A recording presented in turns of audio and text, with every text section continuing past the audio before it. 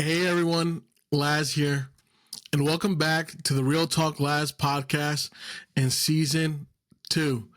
Man, I am beyond excited because this is Season 2, it's Episode 1, and it's a new chapter and the start of even deeper conversations that I had with many phenomenal guests over in Season 1. So, talk about, a little bit more about today. I know it's exciting. It's Season 2, Episode 1. Today, actually, the Giants kick off regular season, which is why I have my Giants gear on. I got a good cup of coffee, and we're ready to go, man. But honestly, so I have some notes pulled up here, so bear with me for those that are watching on YouTube. If you're listening on Apple or Spotify, doesn't really apply from a visual perspective, but happy you all are joining me in whichever platform you are all following, listening, and or watching me. I can't thank you all enough. Season 1 was a huge success. It's a small project that I just thought of to do to help others, and my goal was honestly to help at least one person a day, right? Get through their day and push through and maybe any obstacles that they are facing or any adversities and things like that, especially revolving mental health, right? I think mental health, it's something we all deal with as individuals, as family men, as working mothers, teachers, fire, police, you name it, regardless of profession, regardless of what you do and who you are, we all have some mental health that we deal with, right? So, as I mentioned, my goal is really just to help one person, right? And if that was a success to me, that's really all that mattered, right? So I'm glad to have taken a break from Season 1, right? I had vacation, had some things come up in the summer as we kind of sunset the summer, but now I'm back. I'm excited. I'm ready to kick this off, and kind of get the ball rolling. I have a lot of good guests that I'm interviewing as well for Season 2.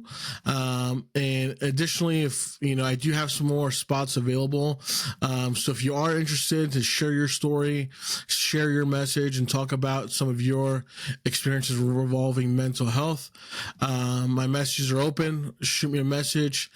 And we'll get back to you quickly to set up some time and, most importantly, answer any questions you might have, right, regarding what to expect and things like that. So with that, so we're opening this season with something that's really impacted us all, and that's grief, right? And before I even get into it, I want to give a quick shout out to my friends over at Growing Up Grieving and their podcast and their platform.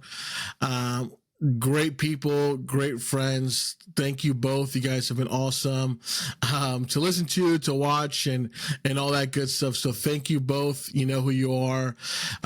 Follow them on Instagram at Growing Up Grieving, and then on Spotify as well, but I'll make sure to drop their links, because these girls are great. A lot of great experiences, dealing with various things. And of course, their topic is all about grief, right? And they do a phenomenal job, talking about their experiences, working with other people and things like that. So shout out to them.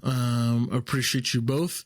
But with that, you've inspired me to kind of have this conversation out loud as well, especially coming from a men's perspective, right? And because honestly, men don't always talk about grief. I mean, honestly, we don't really talk about much, right? And that's kind of the whole point of this channel, and is to break the stigma, right, between men and mental health and all that good stuff. But, revolving grief, like we don't talk about it. And, as everything else, we are told to stay quiet. We're told to stay strong and hold it in. But unfortunately, unlike other things, like grief doesn't work that way, right? Grief demands a bit more than often we can provide, and that's okay, right?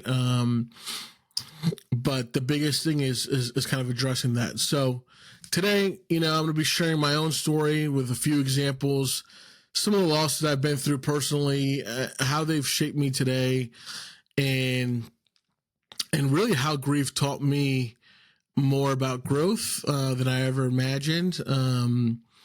Although during these experiences, I didn't really understand the why, the purpose behind it. But as I've gotten older, as I've gotten, more wiser, as I'd like to say, I start to reflect back and think about, all right, well, this indirectly kind of shaped me for who I am, right? And made me who I am. And because of these experiences, and these aren't all my, kind of episodes or experiences with grief, right, as a whole. But I think these 4 that I'm going to touch upon are, definitely pillars to have shaped me to who I am, right? As a, individual like myself, like I still have more life to live, and I'm sure more evolutions of what that grief looks like and many other scenarios. But, I think just understanding what it is, what it means, and being able to tackle it, that's kind of what we're here to do. So, yeah. So I guess, why grief, why first episode to kick off season 2, like why, right? So, it's a heavy subject, right? And grief is a lot of things, and it's not just about losing people, right? It's, it's definitely obviously losing people. I don't want to, diminish that value, right? Because that's huge. And that's where a lot of us, including myself, associate grief with, right? But grief also comes with, losing pets, losing friends, relationships, jobs, and identities, right? And really all things that matter to us. So it's a universal thing, right? So everyone, even every single listener right now or person watching, like we've all carried grief at some point. We will carry grief in the future. And at some point, if you haven't, and if you're one of the individuals that haven't experienced any grief yet, you will one day, right? Whether that's small or large, there's something that's going to impact your life, and that will happen, right? So, the thing about grief, as to what I alluded to earlier, like it shapes us, to who we are, right? And it unfortunately breaks us down, right? But at the same time, in parallel, it rebuilds us, right? And what I mean by that, it teaches us patience, compassion, and resilience. And it reminded me personally of the love that gave it weight in the first place. So what I mean by that is, when I lost my grandfather, right, I had such an immense amount of love for him, right? So my grief was very, very difficult, right? Because I had such a large amount of love for him, right? And as we all do when we lose something, whether it's a relationship, a friendship, a family member, you name it, that's felt, right? Because of all the love that we pour into it. So really, honestly today, like I'm not talking about grief just to tell my story, but I'm talking about grief to remind you that your story matters too, right? And, at the end of the day, we all have a story, right? We all have a chapter in our life that we're going through. We have all closed many books in our lifetime, right? Like we all have a path, we all have a story, and let's kind of break the stigma on grief. Let's kind of talk about it and reflect on it, if you will. So the first, I guess, pillar of my, 4 topics I'm going to be talking about today, or 4, not necessarily topics, but grief scenarios, if you will, right? So the first one is my grandfather on my dad's side of the family. So I may have brought it up before, I may have not, but I am first generation American in my family. So both my mom and dad, they are both Hispanic. So my dad's Cuban, and then my mom is from Spain. So when they came here, they start with a dream, and they had me, right? And they built that dream revolving around my future and my success, and immense, gratitude towards both of them, right? And I'll touch a little bit more upon that later. But the first grief that I've encountered, right, was, my grandfather passing on my dad's side. So and my aunt, right? So my dad is one of three, and my aunt who lives as well here in New Jersey, and then I have another aunt in Florida. But their side of the house, my grandfather, he passed away when I was a junior at Norwich. So that was October of 2013. So, he had a long battle, right? And what I mean by that is I remember to this day where I was just finished middle school, and my mom had taken me to Spain to visit my family and kind of celebrate graduating from middle school, going to high school, all that good stuff. So I remember one day, and I remember my dad called, and he would call to check in, or my mom would call him. So, but this call felt different, right? And this call was like, hey, your grandfather, my abuelo, he's being admitted in the hospital, right? And you start to think like, okay, well, what's going on? And there was a lot of questions that were just not answered at the time. And, and here we are, my mom and I visiting my other grandparents, my aunts, my cousin, over the Atlantic Ocean, right? Thousands of miles away from home. And, you start to get nervous, right? You start to get, anxious and see what's going on. And, he ultimately battled with cancer for bro, a long time, man. Like he got admitted in, I guess, man, when I finished middle school, 2006. So I finished middle school to the summer of 2006. He got admitted to the hospital, and then he passed in 2013, right? So that's 7 years of constant battle, right? So, he was sick, then he was able to come home, then he had, gotten sick again. He came home. There were many times, even throughout high school, I remember like my family and I, we would go to the hospital like almost every day, if not 3 to 4 times a week, to go visit him, see him in the hospital, and just figure out what's going on, right? And it sucks, man, because my grandpa, like he was strong, man. He was a strong fighter, right? He was always very positive, and he loved all of us. He loved his family tremendously. I mean, I still remember him coming over every weekend or just taking me out for lunch, or just coming over, man, just to hang out and see me. And he always had many hats, right? And literal hats, which I think is kind of why I got into hats so much, and my dad got into hats so much, because every time we would see him, he'd have a new hat on, right? And he'd always bring bread, or he'd always bring something, and as a normal grandparent, he always had a couple extra dollars that would come my way, right? And you appreciate that. And as a kid, like, obviously I had an immense amount of love for him, right? And when you witness someone that you love so much go through all these trials and tribulations and back and forth from the hospital, in and out of the hospital, like, hey, are we spending the holidays with him? Are we not? Like, if we're not, are we going to go? Or, you name it. There's just so much emotional,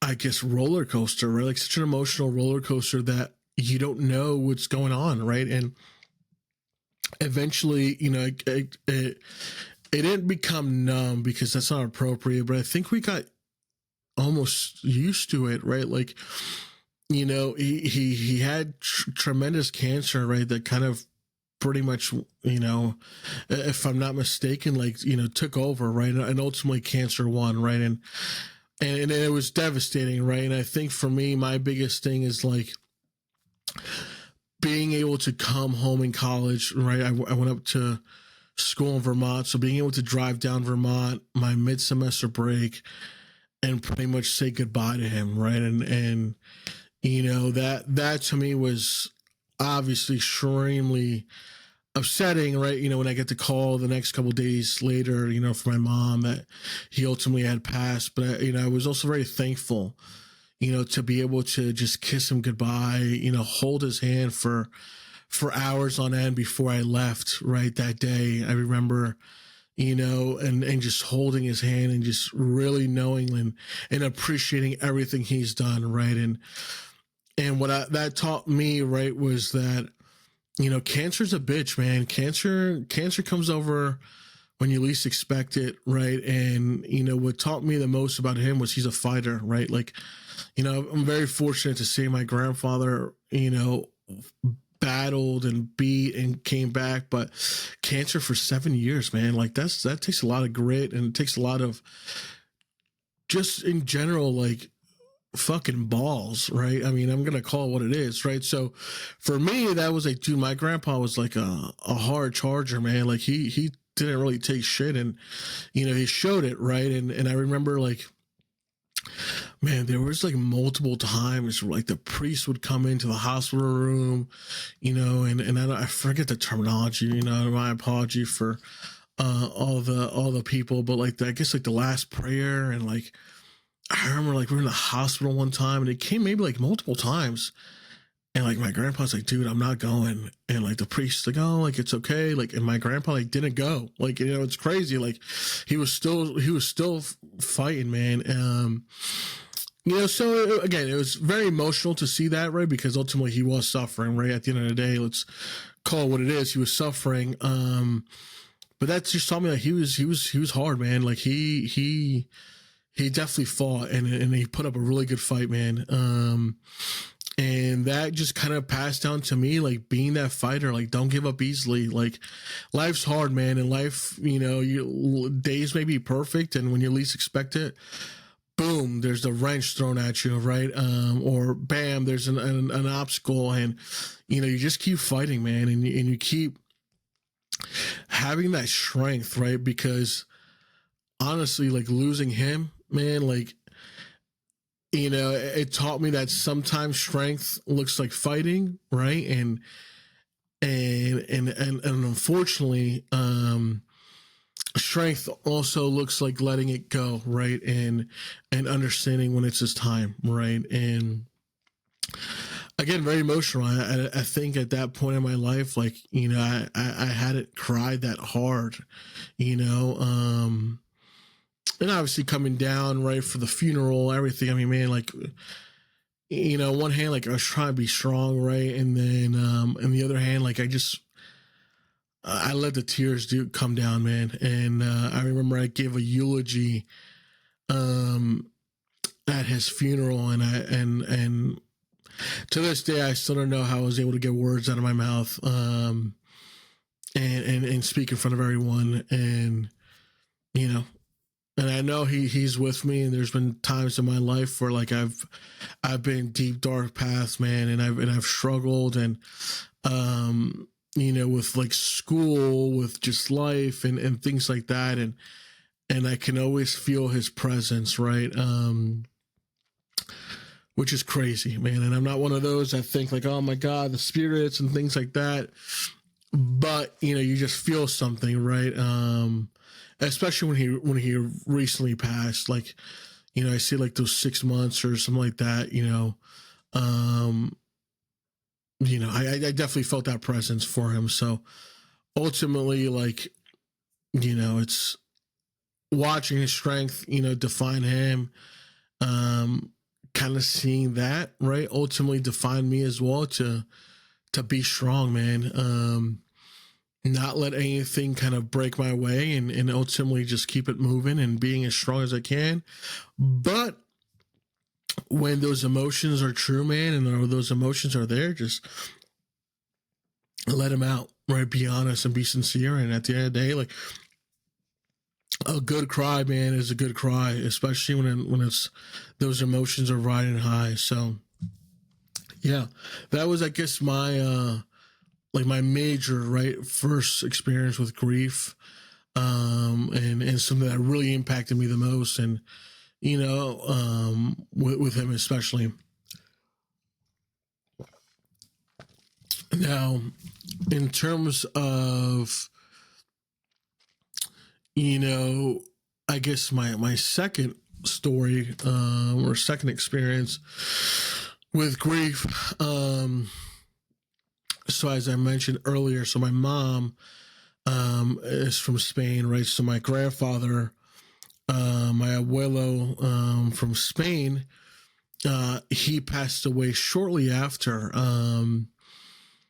I'd say about 2 years, yeah, because he passed away in March of 15. So, about just shy of 2 years. And with my first abuelo, he had cancer for 7 years, man. So it wasn't that we were prepared for it, but we knew more of his illness, if that makes sense. Versus my abuelo in Spain, like we didn't have time to prepare. We didn't have anything because he went in for a minor operation and unfortunately he didn't come back out, right? And it's tough because I remember getting that phone call from my one aunt in Spain, and it's a 6-hour time difference from here in New Jersey, so they're 6 hours ahead. And I remember getting that phone call. It was like 1, 2 a.m. And I never, at that time, right, kept my phone on loud or kept my phone on vibrate or I think it was on Do Not Disturb or whatever the case may be. But I just happened to go to the bathroom that morning, and I came back and I checked my phone, and as soon as I touched it, like I saw the call coming, and I was like, oh shit, that's a little weird. And I think it was like 1, 2 a.m. here. So I'm thinking, all right, well, it's 7, 8 a.m. in Spain. Like, honestly, I thought it was maybe like a butt dial or something, and because my family knows too, like the time difference, right? And I remember picking up the phone, and I just hear like gasping right on the other end and crying, and there was my aunt, and she had told me that my grandfather had passed, and yeah, and a little bit more, and we talked briefly about that, but I remember just nothing came out right of me. And then, oh yeah, by the way, you have to tell your mom, and we have to start figuring out like what to do, right? And I'm like, oh, okay. So this is it, huh? So, no one wants to wake their parents up at 2 a.m., right? But I think this to kind of deserve that, right? So I remember telling my mom, and,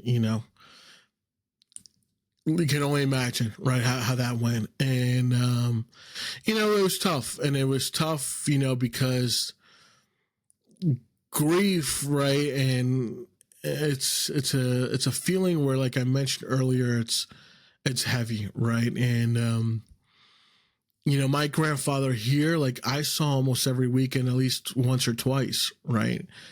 My grandfather in Spain, like I saw him every couple years, right? Now we would talk on the phone and this and that, or towards before he passed, like the last couple of years, like he was good with emailing, and that was his thing, man. Like he would email me, how's it going? He was very proud of like me going to Norwich and things like that. And my grandpa was a big history guy. So like, everything history he knew. And like, he talked about a lot of the admirals, the generals and all this stuff. And like, he was so proud and like fascinated. Right.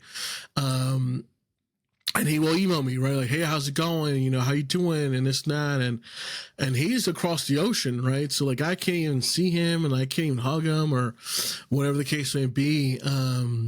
So it's tough, right? And especially when you can't physically be there, it's tough. And it's heavy, right? And yeah, man, it was tough. And, I had to, at the time I wasn't able to go. I mean, we just financially, right, that was one of the things where I just wanted to get my mom there, right? And, so we got my mom a ticket to go back to Spain, and there was some craziness that happened with that. We realized my mom's passport had just expired like a month prior and all this shit. So, when it rains, it pours, right? So yeah, we had to go like the embassy and this, that. It was crazy. But long story short, my mom was able to go out there and grieve and do her thing, and and it hurt because obviously I'm grieving because my grandfather passed, right, and then I'm also grieving for my mom, right, and my family out there because it hurts, right, and just like my grandfather on my dad's side passed, like you grieve for yourself, but you grieve for everybody else, like my aunt, my grandmother, my cousins, like that weight feels so heavy, right? And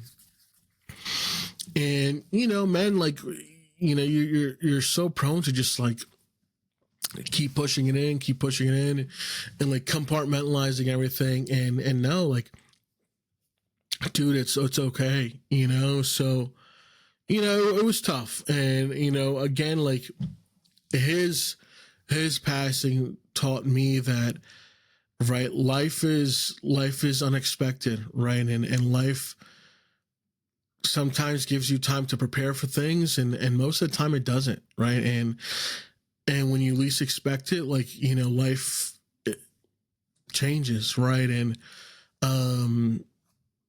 it's hard because like as much as I want to think about that and like prioritize living like every day to the fullest, like, dude, life catches up too, right? And like sometimes like you're going through the motion, right, of like your day-to-day shit that you go through, work, gym, work, school, right, like that you get lost in that kind of cadence, if you will. So it's tough, right? So and I know it because I've been through it, right? So as much as I'm all like, fuck it, man, like live life to the fullest every day, like I also know that life gets the best of you and kind of sweeps you into like this, it's almost like a vortex of life, right, where like you're like kind of on autopilot, right, and you keep doing the same thing over and over again, and then you just often lose, like, dude, like I'm fucking lost. Or you look back and you're like, man, like I can't believe 6 months just happened in my life, right? Like I feel like you just wake up, right? But I try to get better every day, just to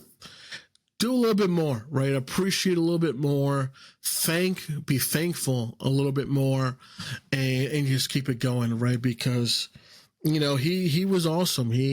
Every time I went to Spain, like, dude, I'm one of 3 cousins, right? So, he had 3 grandchildren. 2 of us were boys and 1 is a girl. And, with a girl, that's your granddaughter, right? That's your princess, and that's your, everything. But with the boys, like, he was rough around the edges. He was a good time. Like, he was more daring, right? So, like, it was cool, right? To have that experience. And, he's an artist, or he was, right? He drew a lot of paintings, with a lot of like little Easter eggs in every painting, right? So as I mentioned, like he was a big history guy. He loved like castles. He loved like the medieval times, right?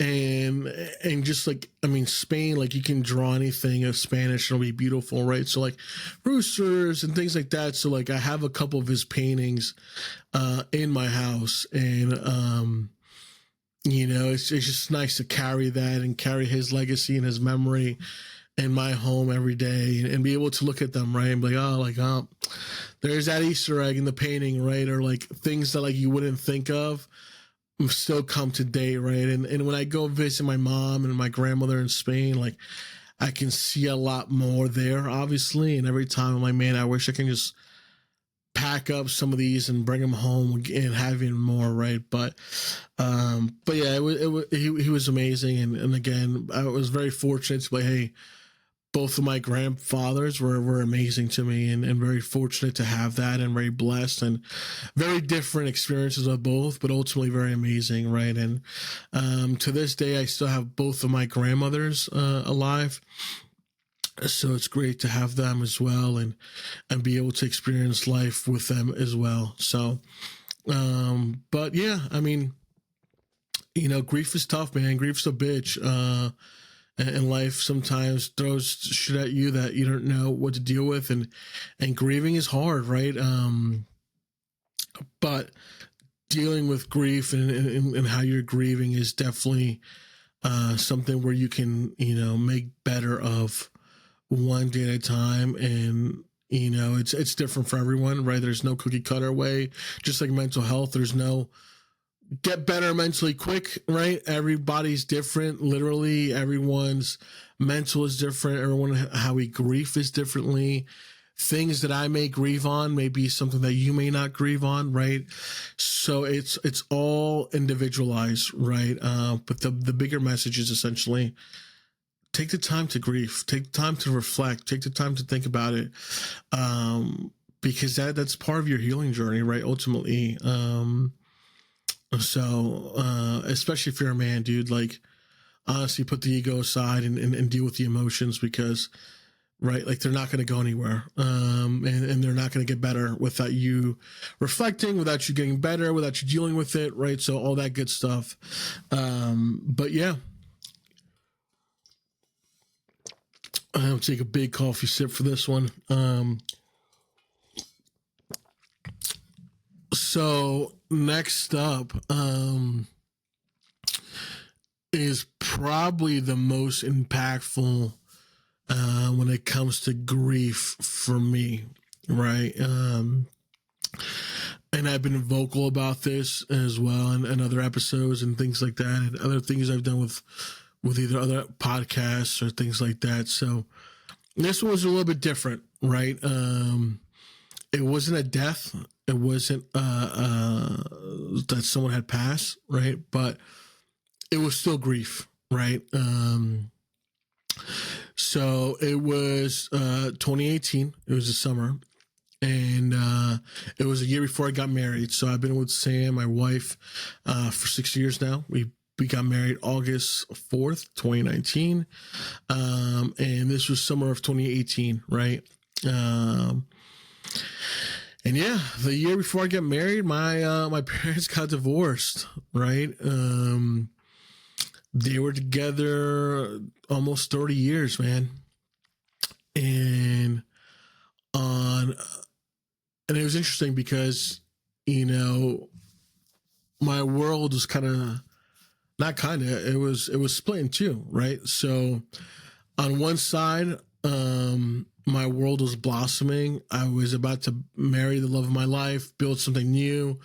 We had all the venues squared away, flowers, fucking DJ, everything squared away. We were apartment hunting, like, dude, life was good, man. Like, and I was doing it with my best friend, right? Like we were getting married to one another, and, you know, she's my rock, and we were having such a great time, outside of my home, if you will. Right. And then the other side, my world I was watching it fall apart. Right. The perfect family that I had growing up was falling apart. It was fractured, right? Like, dude, it was done, right? And honestly, it felt like I was being ripped in half, right? And it hurt, dude. Like, it fucking sucked, man. Like, you know, I was grieving the past, right? While trying to celebrate my future, right? So, you know, it was interesting in that sense because here I am, like, dude, I'm about to get married in less than a year. I remember, like, I already had a trip planned with my best friend Nick. We were going to Florida to visit our one, you know, our other best friend Sal, and we were going down to Florida that year, and, you know, it was around the time where it was like just like the 1 year mark prior to like us getting married. I remember before we left on the trip, I went over my Sam's house, my wife, and we had taken like pictures to post like a year out, and it was like, you know, we had these gold balloons, like 365, you know, all this cool stuff, yada yada yada, to post while I was away, right? And I remember I'm like, dude, like, I'm so happy and I'm so excited for this new adventure in my life. But dude, the fucking anchor, the weight, just the weight on my shoulders, right, for my parents was immense. And, you know, I'm an only child, right? So all that weight, all that pressure, all that storm from my parents, like that just sat on my shoulders alone, right? I had no one to share it with. I had no one to like, yo, bro, I get it too. Like, I can't believe we're going through together, right? Like, but I just carried it and quietly, and unfortunately sometimes a bit too quietly, right? And I realized that kind of started a different evolution for me in terms of my growth, because here I am, like I said, watching my one side of my life be this positive firework, right? This new chapter, new evolution, something that I've been waiting for my whole life, like getting married, marrying your best friend, traveling, like we were going to Hawaii for our honeymoon. Like, dude, life was good, man. Like in my career, like we were both settled in, we were getting our place together. Like, dude, there's so much positivity lined up. And then on the complete opposite, it was an anchor dropped, and it kept dropping. And I had to be there for my parents individually too, right? Like, because I know they're grieving, right? Like my dad, he grieved in his own way. And then my mom, she grieved, right? And then the caveat, through all this in the mist, like my mom ended up retiring and moving back out to Spain, right? So, dude, that was another crazy shit too, because my mom was going to Spain, like that's it, like, and she was like, hey, like, because I love you, like I'm gonna give us a year, and I'm gonna, we live together. I live with my parents, and then when they split, my dad moved out, got his own place, and I stayed with my mom. And she was like, pretty much like, your family from Spain is coming here for the wedding, and like, when they leave, I'm going with them. Like, dude, what? Like, explosion, man. Like, so that was another thing, right? Where you got to deal with like, what? Like, dude, my mom, like, and I was an only child growing up, and I have I had a very phenomenal relationship with my dad that was very different from my mom, but all in all, man, like I love them both. Like they're my worlds, right? So like that's tough. And I know my parents are the same, right? Like I'm their only kid. So like, you would hope, right? But it's tough, man. So that really rocked the boat, man. That was a tough year, and because it's stuff that you still deal with, right? Like even to this day, like prior to like or around the pandemic, like I did therapy for a while, and that definitely helped tremendously. But like I didn't know what to deal, because I was dealing with so much, man. I had so many like just battling so many demons, man. Like just everyone but the problem was, right, like I pretended I didn't, right? And that's where it kind of got a little hairy, because here I am battling all this shit inside, but I'm still going to work every day, doing really well at work every day, keeping up with the friendships, right? Like I'm going out, I'm going on partying, I'm going to the bar, I'm going to my buddy's house, I'm going to this person's house. Like, even though internally, like I was like the definition of the lights were on, but no one was home. Like I felt like I was a shell, right? And at the same time, right, like I'm planning my wedding stuff. So like the couple months leading to the wedding, it was very bittersweet, right? In the sense of like, dude, I'm about to get married. I'm about to go to Hawaii. I'm about to do this. I'm about to get my own independence with my wife. Like we're about to live together on our own, all this shit. And then on the flip side, it's like, damn, like, are my parents going to walk down the aisle of the altar, or the aisle together? Are they going to come out introducing, like, do I introduce them as my parents, or do I introduce them as like together, or do I introduce them, individually at the wedding? Or, I don't know, the big elephant in the room that my mom was leaving right when I came back from my honeymoon. Right. So like, there's a lot of shit going on. And I didn't know how to deal with it, so I didn't. I just kept pushing it down and compartmentalizing everything. And until it blew, man, until it burst. And, COVID happened, and then I just needed a change, man. Like, again, it was just a lot. I mean, and a lot that I just kept pushing down, and eventually, guess what? Like, that shit came out, and it showed up at my front door, and I had to deal with it, right? And I had to unpack the emotions, unpack the grief, unpack the emotional shitstorm that I had just dealt with, right? And reflect on it, and talk about it, and deal with it, and grow from it, right? And I'm in a much better place right now, and every day is still hard, and there's times where, I flash back to my childhood, and I think of my parents and I, like, driving down 95, going to Florida, right? And having so many laughs and giggles and good times, or going out to dinner, or celebrating birthdays, right? And realizing, like, dude, that shit ain't there anymore, right? Like, my parents are not together anymore. So, it's tough, but it's something where now, as I call myself an adult now because I'm married and have a wife and a house, but really I've been an adult since, I think, a long time. But, my quote unquote adult world, right? Like, I think I'm now able to accept it, and for a few years now, and obviously therapy helped, but, like, I've been able to process, accept, and things like that. So, yeah, man, like, we keep on pushing, and we keep on moving forward, and, now we deal with it, but we deal with it differently because, I know how to deal with it. Right. And I know how to reflect on it. And yeah, and there's, it's just tough because, I realized that experiencing grief and joy at the same time, is almost something that cancels each other out.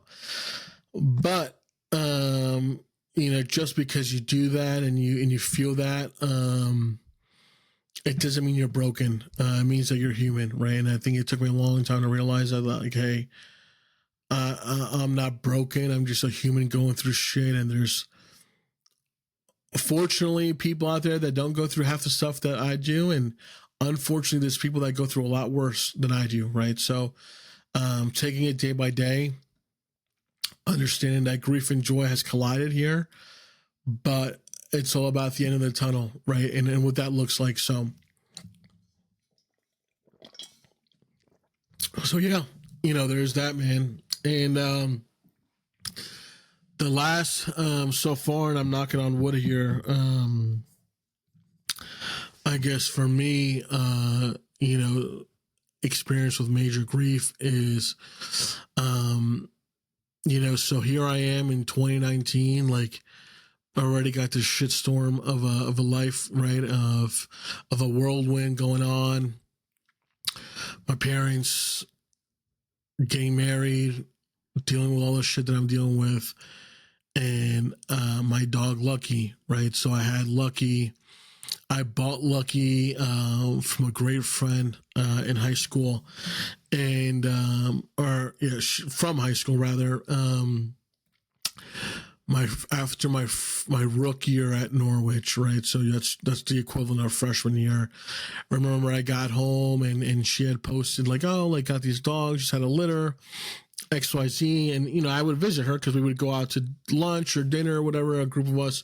So, and I fell in love with this one dog.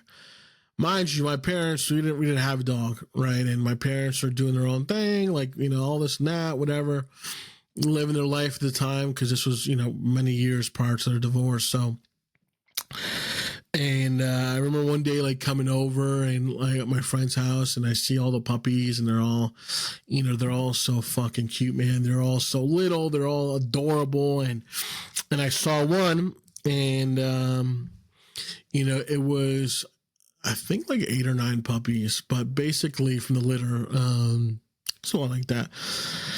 And half of them were all beige or slight brown. The other half were all white, right, or lighter. And then the one dog that I ended up buying, right, and named Lucky, he was half and half. And I thought that was so cool, right? And I'm like, oh, cool. Like, he's beautiful, man. And he was such a good boy. And, man, he was my world. He was the love, I loved him with everything I had. And So I remember one day I was like, all right, like I'm gonna buy them, and whatever. So then it was like 8 or 9 weeks, after they were able to go, to their separate ways, they had their shots and all that good stuff. I remember putting him in my mom's car because I didn't have a car right at the time, and in the front seat. Like, what was I thinking? But and we drove home. Luckily, it was a short drive, and we get home, and we had nothing, like no doggy bed, no dog food, nothing. And I rolled up to my parents, and I was like, "Hey guys," like, and my dad's like, "What the hell is that? Like, what is that? Is that a puppy?" And my mom was like shocked, like, because she's grown up with dogs and things like that, but she was just shocked. And I'm like, yeah, and I'm like, it's ours. And they're like, what? My dad definitely gave me an earful for sure. But then within minutes, like I remember giving him to my dad, and my dad's like melting with him in his arms, right? And yeah, so that was the story of Lucky, man. Like we had him, and he was such a good boy. And like every time I'd go back to school, I'd have to go like early August. Like it was hard for me to leave him, right? Because he was such a good boy. He was a little, he missed a little screw up top, but he was the best, man. He was the best companion I could have. And through all the shit that like I endured and I went through, of just life, then my parents and this, that, like, dude, he was right by my side and he comforted me and he knew like something was off. And, he was the best I can ever ask for. And yeah, so that year, it was around like April, and we started noticing like something was off with him, and he had just turned 8, and yeah, like something was wrong, but sometimes like there's like kennel cough and there's shit like that, so whatever. We obviously took care of what we thought it was, but nothing, it was weird because like his, he was very energetic, but he also slept a lot, right? So it was like a perfect dog life, right? But it was fine, right? And he was all good to go, and it was like, because he's had it in the past where he would get like, doggy cough, right? Doggy sickness, and they'd be like a day or two, and then he'd be good to go. So that's what we thought, right? So. And then maybe like a week or two later, we started to notice that he was shedding. And in the 8 years we had him, like he never shedded one drop of hair ever. Okay, that's a little weird. So we gave it like a day or two, and then I'm like, dude, something's wrong. So, my mom and I took him to the vet, and yeah, man, he was sick. And, he was a cockapoo. So it was a Cocker Spaniel Poodle mix. And, he had big ears, right, that drooped down. And, something must have gotten caught, whether it was like a bath, rain, you name it. And, he got an ear infection, and he was prone to ear infections. So like we knew of them. We always had like medication for his ear infections to take care of and all that good stuff. But this one hit different, right? And so he had a very, very bad ear infection, which unfortunately was going septic in his body. So yeah, so you talk about a shit sandwich, and the vet was like, "Listen, man, like I gave you a couple days max, but it has to be done, basically, right?" And he was like, "If you love him the way that I know you love him, you need to have him stop suffering." And at the time, you're like, "Well, what the fuck?" Like. I didn't sign up for this, right? I didn't sign up for this shit to go south, right? All at once.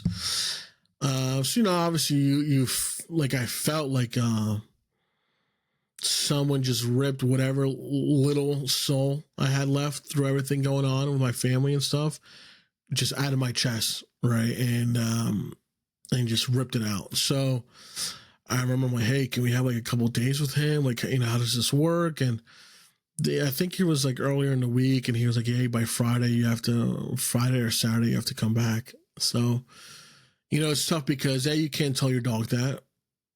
B, like you can't tell him, "Hey, buddy, like this is what's going on." So, but you could tell in his face like he was suffering, right, and it hurt, and it obviously devastated me, it devastated my mom, and all that stuff, and. I remember my dad, right, because my parents had already split up. My dad wasn't living with us, but he lived close. I remember telling him, and he came by the day of, right, it was happening, and just cried, and I cried, obviously, right, seeing him cry. And then we went to the vet, and unfortunately, he was put down. And I think at that point in my life, until this day, like, even just getting choked up about it now, I mean, that was the most intense crying I've ever had in my life, where I was like choking on my own breath, my own everything, because I was just crying so hard.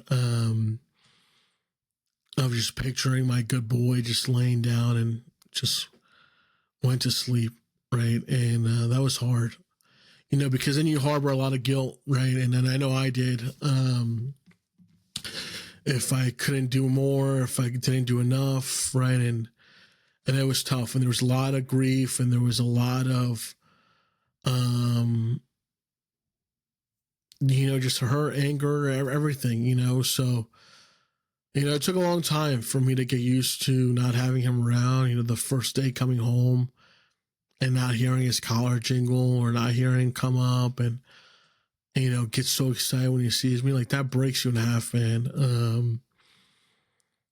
And to this day, I still have his collar downstairs. And I have a dog now. It's, I've had him for 4 years. But between when I got Rocky and Lucky, like, it was some time, and I didn't really want another dog, because I've never faced a heartbreak like that in my life until then. And I can confidently say, at least in my life, that was probably the biggest heartbreak I've experienced so far. But I know my wife has always loved dogs. She's always wanted a dog, and you know how it goes, right? A friend brings a dog to the house, you fall in love with the dog, and the next thing you know, you're buying the brother, and it's crazy story. But and I love Rocky. I mean, he's my buddy, he's my best friend too, and I have a different love for him, right? Because I think Lucky, like, he's my first guy, man. He's my first brother, and he's my first buddy, and like I loved him more than words, man. And Rocky, so do I, but it's different. It's a different love, and. Eventually one day I will have to deal with that with Rocky, and I hope it's many years from now, but it's going to be different, right? And then not to diminish one or the other, because it's not, but it's different, right? And it just comes to show that grief doesn't discriminate, right? So it can come in many ways. And it's all dictated and determined pretty much by you as the individual, right? And how you deal with it. So, and then with grief too, like, I've talked about it, like, how I was getting married, and I was working, I was in a good career, and all this shit, and how it, grief pretty much like bleeds into everything in your life too, right? Because obviously I wasn't fucking eager beaver ecstatic when my parents were getting divorced, right? Or eager beaver when I just had to lay my dog down, right? Like, it, so that obviously takes a toll too, right? And like, it bled into my life, my personal life, my career. It bled into my home life, right? Everything, friendships, you name it. I mean, you're just a wreck, right? But I think for me, if I can look back, it would be like, hey, I know you're carrying a lot of weight on your shoulders, but talk about it. And I think that's where my thing was, where I just kept compartmentalizing everything and just letting it be, and not dealing with my grief or emotions until many years later. So that's, words to the wise, right? If I can go back in time, I would tell myself that. But, the one thing I can say is that grief kind of taught me a lot, right? And it helped me carry that grief, but not only the grief, but the overcoming the grief into leadership styles at work, friendships, or even this podcast, right? If I'm being honest, like, grief defines you for who you are, but how you reflect and how you overcome it truly defines who you are moving forward, right? And I think for all the obstacles that I've had to endure so far, and all the things, like, it's essentially made me for who I am, right? And really, at the root, the ultimate root of grief is love, right? Which is an interesting perspective, right? So I grieved so hard, right, and so deep because I love deep and I love hard, right? And, you know, I used to think all the time, like, dude, grief is about endings. Grief is about the end of the chapter. But now over time, man, like, I realized, like, one bad grief scenario, one bad altering life moment, right, doesn't define the entire book, doesn't define the entire chapter. How we deal with our grief is how we set ourselves up moving forward, right? And in that continuation of life, right? So carrying that love forward in new ways for me was huge, right? So with both my grandfathers, both my abuelos, right?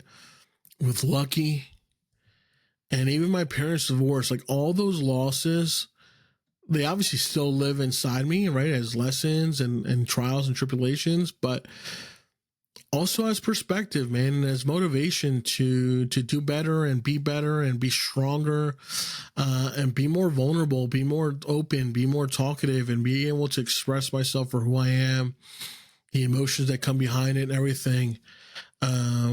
Because there's no point of just holding it all in. There really isn't. There's no upside. There's no magic. Like, oh shit, he's holding it all in. Good for him, right? So that's the biggest thing I can come across and talk about with grief, at least from my perspective. So, yeah, I think grief ultimately, and you know, I still have plenty of life ahead of me, you know, God willing, but I'm sure I'll experience grief again and again after that and again after that. And like I said, it comes in different waves and variations, right? It's not just about death, it's about loss in general and everything that comes from that loss, right?